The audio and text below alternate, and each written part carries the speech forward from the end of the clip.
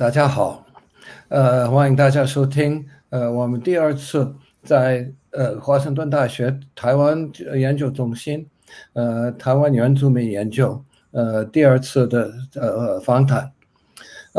今天受谈的贵宾是台湾萨萨拉教授。萨萨拉教授是中山大学的社会学系的教授。原来台大毕业了以后，在华盛顿大学2007年受到人类学的博士学位。台湾教授也是卢凯族里面的一个非常有地位的非常受尊敬的一位学者。除了做学术以外，就是为了他的族群，为了他的社区，做了很多的贡献。所以我们很容易能够听到台湾教授谈一些关于原住民研究和原住民的现在的在台湾所面临的一些问题这次访谈。那么我先请萨萨拉教授先简单的介绍卢凯族的这个综合的情况。好，是我的老师哈Stephen Harry 教授哈，非常高兴在线上哈跟老师碰面了哈，因为老师也很久没有来台湾了，那我大概已经也好几年是没有回西雅图哈，所以非常想念那里的朋友们哈，还有那里的美丽的环境哈。那我是台邦萨萨了哦，台邦萨萨了哈。那台邦是我的这个家名哈，那萨萨是我的个人的名字哈。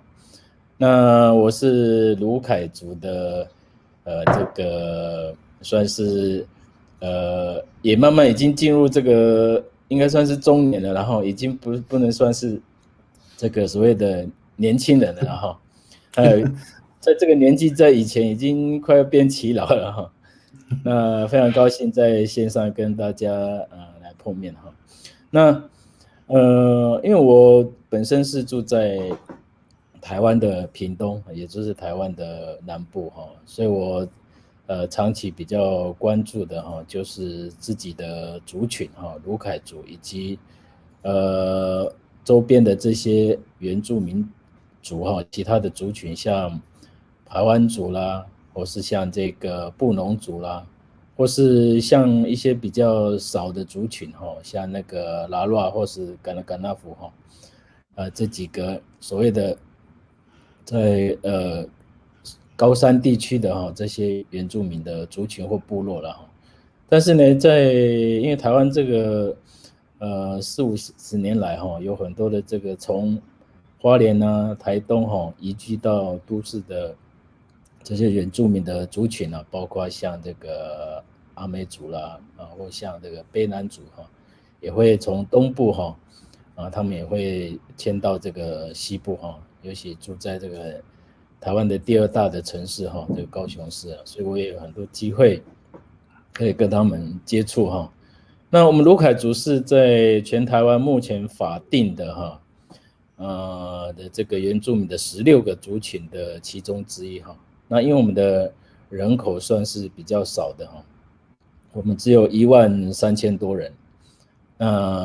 但是呢，我们的语言呢卢凯族的语言有6个不同的这个方言群啊。那有一些是可以沟通的哈，有一些是比较困难沟通的啊。那这可能来自于这个我们长期在长期的隔离，或者是因为有跟其他的族群有一些的接触，也或多或少在语言上面会有一些的借用别人的这些语汇或者说因为太久没有交流，就慢慢也彼此会忘记我们的一些共同的语言了。所以我们现在又有6个这个不同的语群。但是我们现在一直在努力推动这个卢凯族语的这个复振跟保存的工作了哈。卢凯族因为人口比较少哈，所以在很多地方可能都需要更多的这些政府的资源啊，或社会大众的这个关心跟协助哈，让这个只有13000多人的这个卢凯族群能够有这个永续的未来，在文化保存啊，或在它的这个语言的发展上面，能够得到更好的这个成效。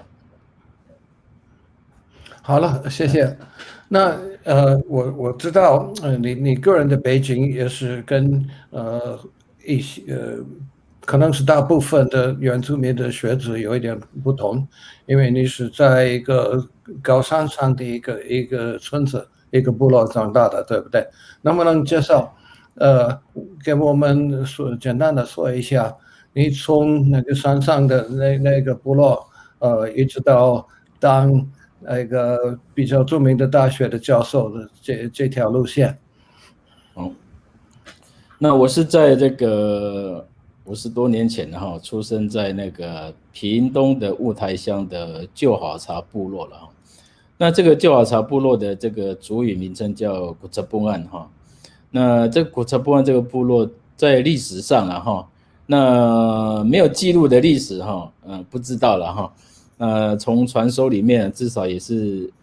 上千年这样子哈。但是从这个最早的有文字有记载的大概是在800多年前的那开始有这个所谓的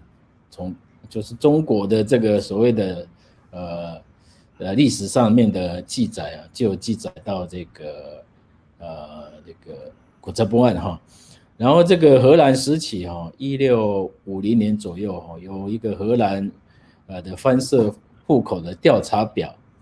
在1650年的时候也有记录到这个古泽布岸，所以这个部落至少就这个荷兰时期这个16世纪的这个记录大概到现在也是将近400年了那这个部落呢，就一直它的很有名的，它的这个部落建立的一个故事，就是它是那个在很久以前有一个猎人带着一只云豹从台东然后翻山越岭，然后到达这个部落的水源地之后，那只云豹就不想离开了。那从此这个猎人就觉得说，这个地方地灵人杰啦，这个有美丽风景，资源丰富啊，动物也很多所以他就觉得这是一个好地方他就把他的族人也就是我们的祖先从台东把他迁到这个古泽布岸这是古老的故事。但是呢，因为这个云豹是我们的这个很重要的这个部落创设的这个很重要的这个关键的动物了所以呢，我们从此就把云豹当作我们部落的象征，甚至把它当作像神明一样的看待所以就禁止去猎杀这个云豹。然后后来呢，我们这个古查布部落呢，都叫这个云豹里古拉就是我们的类似我们的创设的这个母亲这样子的看待然后我们后来也都自称为这个云豹的民主这样子那我在这个部落呢生长了就是从出生到在那边过了我的童年那念完我的小学12岁的时候呢，我就下山了，因为那一年刚好政府有个政策，就是山地平地化，山地现代化，就希望把高山地区的原住民把它迁到比较山下的地方希望透过这个迁徙然后由高山迁到平地可以让原住民的这个现代化的这个进程可以更早也可以让原住民有接受更好的教育啦，可以有这个更接近这个现代化的这个社会然后可以有更好的这个发展，这是当初政府的想象了不过呢，也因为政府的这个山地平地化的这种政策的想象那我们这个族群呢，我们这个部落就开始面临很多的这些灾难的这个冲击了。这个首先就是说我们这个政策上面的灾难哈，因为从山上到山下，我们远离原来的那个居住地哈，我们的这些过去这些森林啊野生动物的这些很多重要的这个资源哈，就离我们比较遥远了，所以呢，我们被迫都要到平地来工作哈，来换得温饱，然后有很多的这个因为下山之后这个这些小朋友都要去上学嘛，都要去求学，所以有时候呢，父母亲也会跟着小孩到都市去生活。那种种这样子的一些改变之后呢，这个部落就慢慢就没有人了，就剩下那些老弱妇孺，那青壮年的啦，或是小孩都是在都市。所以呢，变得这个部落就变得非常的这个萧条。那这是迁村之后呢，将近30年的时间都是这样子的状况。然后到2009年有这个莫拉克的风灾然后呢，我们这个部落呢又一夕之间被土石流这个冲毁，那个部落已经被埋在土石流下面，所以我们又被迁到那个更靠近都市的地方，叫做里纳里，那是一个好几个部落所共同居住的一个新的永久屋的基地那我本身是在这个过程里面，经历了从高山的原住民的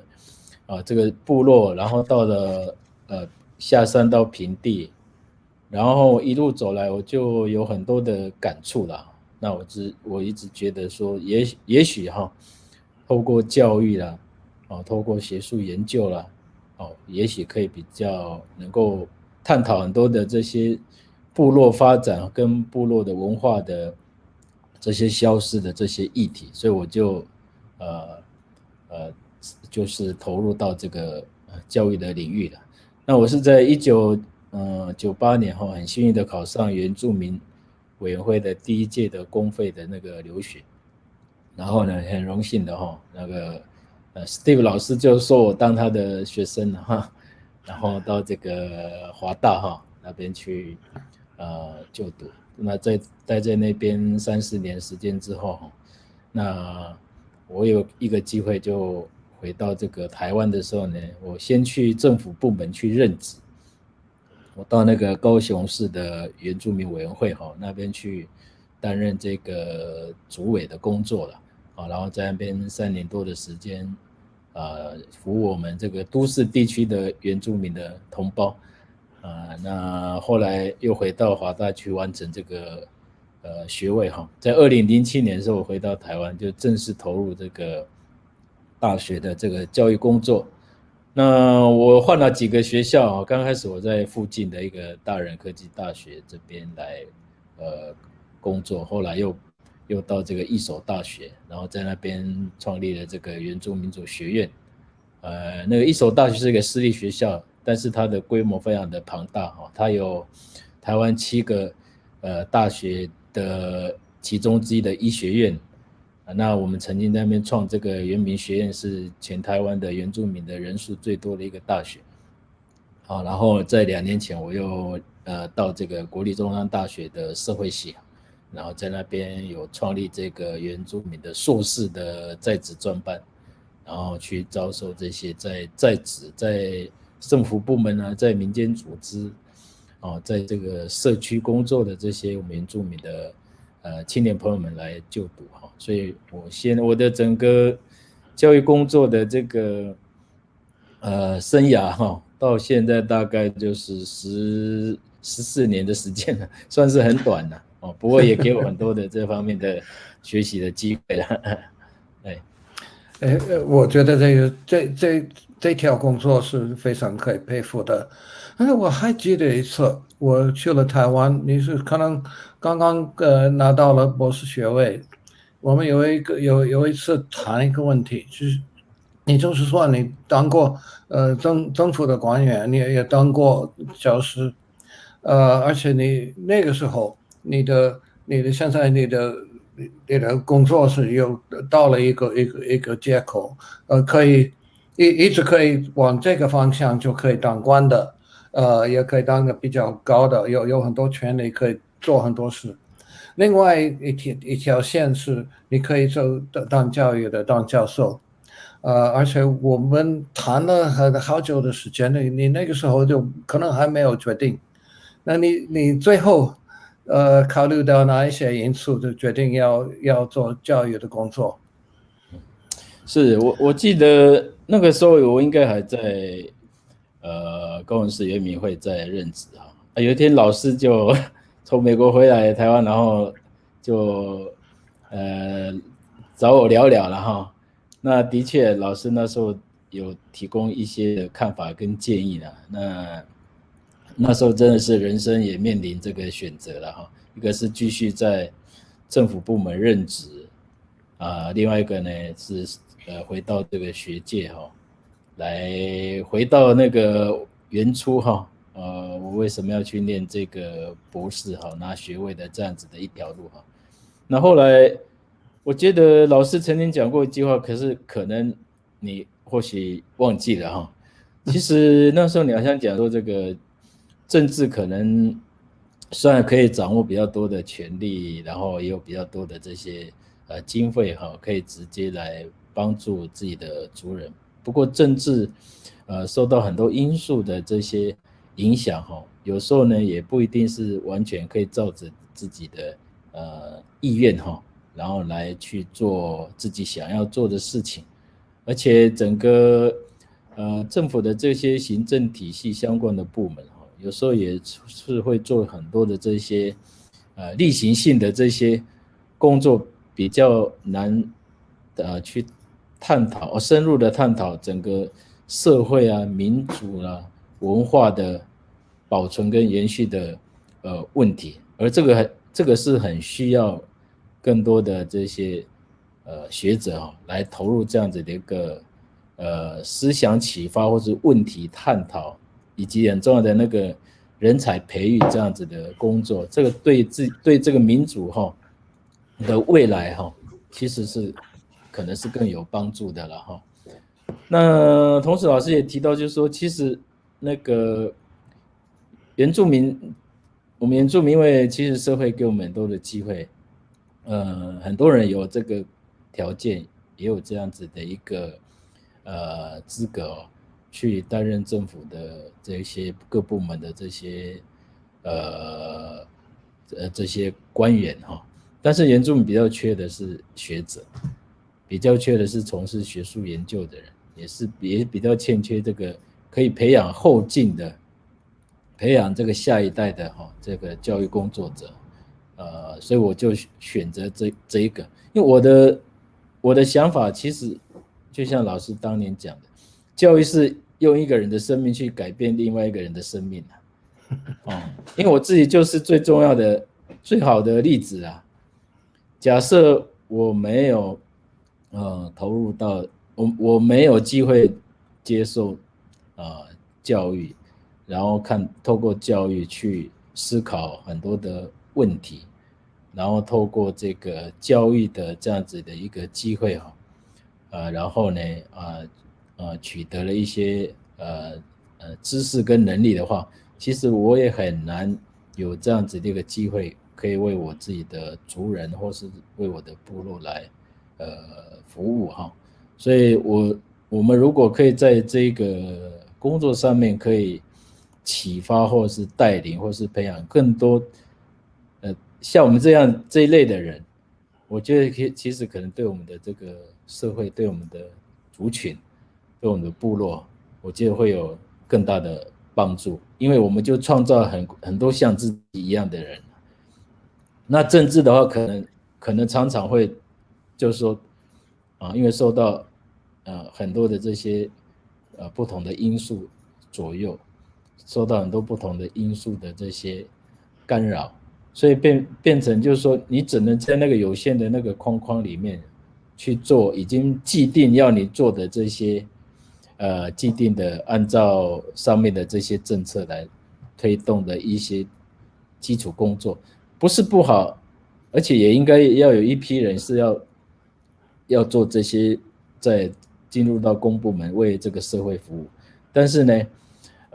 更缺的是我们的学术人才，在原住民的社会是比较缺的，就是原住民的这个这种研究者或是学术工作者。像其实现在全台湾呢，我们原住民的博士啊，已经超过100个，可是真正投入在大学啦，或在研究单位工作的原住民的博士啊，不到30个人。也就是说，我的学生是1/15。对，所以很少。其实2/3其实都是在非学术领域工作啊，因为有很多都是本身在政府部门的这个高阶的这些主管，然后呢，他就去进修拿到博士学位啊，这个当然对他们政策上推动或是他们个人的一些能力培养是很好。可是我的意思说，在教育的这个现场，直接面对学生，启发学生，然后给学生一个非常比较好的这个比较正确的这种观念的，这样子的在教育现场上工作的原住民比较少。而且我们的所谓的不到30个，假设是30个的，我们的族群比例啊，也是很不平均啊。因为大部分的这些教师可能都是那些族群人口比较多的阿美族的啦、泰雅族的、排湾族的，像我们这种少数民族，像我啦，我在全台湾有将近160个大学，我是过去13年来唯一的鲁凯族的学者在大学里面教书啊。最近我们是有聘跟我同样都是鲁凯族的一位学者进到我们的系上来工作，所以我们是唯2。你看这么多的这些这个所谓的原住民的这个教师在大学里面的教师，我们才这个2/30啊，其实很少。对啊，而且我说我长期只有1个人，所以我觉得这个就是我们一个很大的问题。我觉得，我也想问，因为你在本来在一所大学也创了这个专班，就是原住民的各位可以说是技术方面的或是职业方面的那个专班。现在你刚提到了是在中山，你也要创那个原住民的硕士班。你觉得这些是专班是成功了没有？哪一方面成功了的？对那个原住民社会的发展有什么贡献？对，长期以来这个虽然很多人会说，哎呦，你们原住民考大学啦，有加分啦，很容易也容易上大学。可是你想想看，回到我们那个年代啊，大概30年前，我们进到大学的原住民学生是整个全台湾那个时候的大学生不到1%啊，人很少，真的很少。比如如果全台湾有那个那时候的大学生可能有40-50万人，原住民加起来还不到3000人呢，那个时期大学生。然后像我回到台湾之后，我就发现有这样子的问题，就是说感觉上我们的政府的那个各大学的那个招生系统我们叫做大学入学考试好像是说原住民可以加分原住民可以因为他的语言的能力，所以可以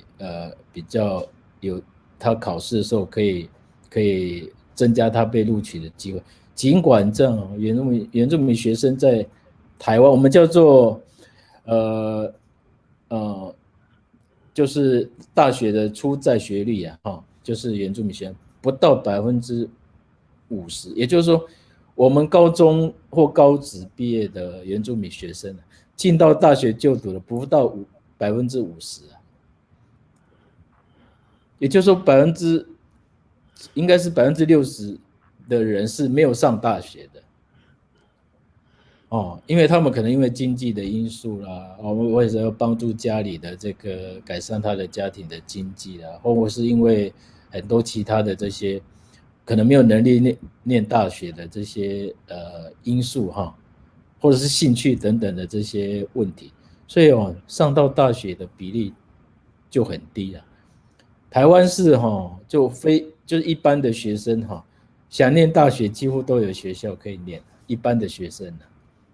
甚至那个就是说那个录取率，就是说只要你想念就算那个动物想念的话，也可以进大学。台湾的现在是这样子嘛，但是原住民没有的这个上大学比例因为很低，所以因为这样子因素，所以我就发现，应该要有一些的管道让原住民的学生有更多的机会进入大学。所以我们那时候就有在提议，就是设立那个所谓的大学的这些科系之外，设立原住民专班，就是专门这个专班是只有否那个原住民的学生，就原住民学生可以念的专班。因为这个所谓专班的开设因为学校都有那个名额，总学生的总名额它是可以算在总名额之外所以变成就是说，很多的大学就比较愿意来开设这样子的一个专班，然后呢招收原住民学生。我记得我们2011年我们有全国4个大学开始创立这个原住民的专班，但是呢，就是说后来这个原住民专当初大家不是很看好，觉得说原住民大家在一起可能不会读书啦，或者说可能有很多的负面的这些现象会发生这样可是后来发现这个专班还是有它的效果。第一个是说学校可以为这个专班的学生按照他的兴趣还有他的个人的志愿，然后去开设属于他们可以在这个领域里面去发挥或者是产生兴趣的这样子的一个学科了。像以前我在一所大学，我们就创这个观光参旅原住民专班，就是观光跟产业休闲还有跟社区部落的这些很多的这些观光的这些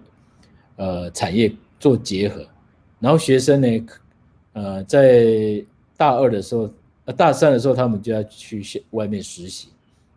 然后学习这些重要的这些观光啦，然后还有这些产业的这些知识跟技术。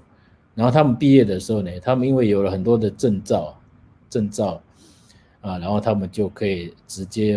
在他们进入职场就业的时候，一来很多的这些职场的这些老板或是这些主管他们会比较喜欢用这种比较有技术、直接有技术的这些学生，所以他的就业会比较有机会。另外，我们也开办这个传播设计就是做这个影像啦，做这种所谓的这个拍摄啦或者是做这样的类似像我们这样的一种录影或者是电台或者是电视这方面的技术的这些学生，所以他们毕业可以去原住民电视台或是去其他的电视台，或是去这些所谓的那个广播电台或者是他可以成为去做自制拍摄影片，或者是去帮他的部落去做一些的这个宣传片等等之类的，所以也很实务。可是呢，在一般的大学这一类的很多这一类的那些课程这种科系，但是它的课程都不是为原住民设计的。那我们的课程是完全为这些原住民做设计的然后我们甚至我们的老师也不是说都是这些大学的老师，很多都是从部落邀请来的耆老部落的这些文化工作者，让这个传统知识跟现代的知识可以在我们这个专班里面都有都有机会让学生可以得到很好的学习。所以这是我们在做这个专班的一种特殊的为原住民做的学生做的课程设计啊。也因为这样，我们从2011年就大概是12年前，我们全国这个4个专班，现在全国开设原住民的专班的大学已经超过30个，所以然后呢，因为这个专班开设，让更多的当初没有机会到大学的，或是来到大学因为他可能是在某一个班里面只有他1个或2个原住民，然后有时候会感觉没有被重视，或是甚至被歧视或排挤的。当他们都是原住民在一个班，他们就比较能够彼此相互的同才学习，然后互相的交流，然后不同的族群在一起有很多的这些他们有共同的一些生活的经验跟背景，可以得到很多的相互交流、相互学习的机会，甚至毕业之后还可以一起去创业啊，可以一起去推动一些跟部落有关的这些工作。所以我觉得这是原住民专班一个在当代的所谓的一般教育体制里面没有考虑到的这些文化的这些敏感度啦或者说没有考量到这些学生的不同的这个族群、语言、文化背景的人一个我觉得还算不错的一个制度的设计。虽然它也有一些的问题，比如说它的师资啊，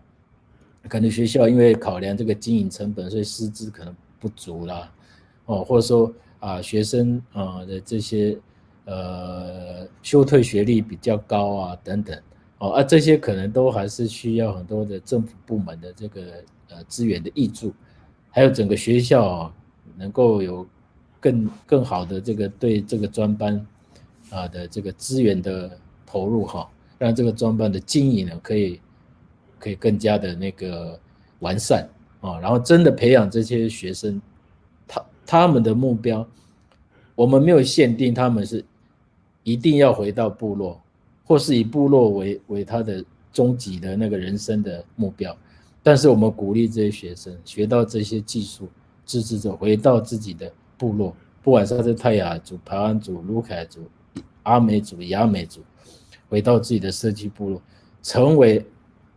这个部落很重要的这个算是一个新的这个生命力，新的力量来帮助部落的发展。因为我就是当初我刚刚有提到嘛，当初我们迁村下来之后，青壮年学生在部落都看不到他们的人生的目标都是在都市发展，都觉得就应该在都市找到好的工作，才能够光宗耀祖，才能够荣耀自己的这个家族我觉得这个观念是不对的啦所有来自部落，然后到都市，甚至到国外学得很多的知识、现代的科学技术能力的，我觉得我们应该都鼓励他们，最终回到自己的家乡，回到山上，回到海边，回到这个离岛，回到哪里回到自己的家乡，为自己的家乡、部落、族群来贡献。我觉得我们要教育的原住民的下一代应该是这样才能够让部落不会空洞，才不会让部落变得萧条，才不会让部落成为一个没有希望的没有未来的一个地方让当这些带着现代技术又有传统的这些文化就是说这些底蕴的这些学生毕业之后回到部落，其实他就可以成为带动这个部落面对当代挑战，面对他的这个文化的流失这样子的问题的他可以成为一个很好的去做文化的复振工作的很重要的这个新的力量所以我们是鼓励我们的学生是这样，而且现在也有很多学生都是选择就是回到自己的家乡那当然我们是希望有更多政府的资源可以成为最好的后勤跟后盾来提供这些学生回乡更好的这些武器哈，然后去真的可以在地发展，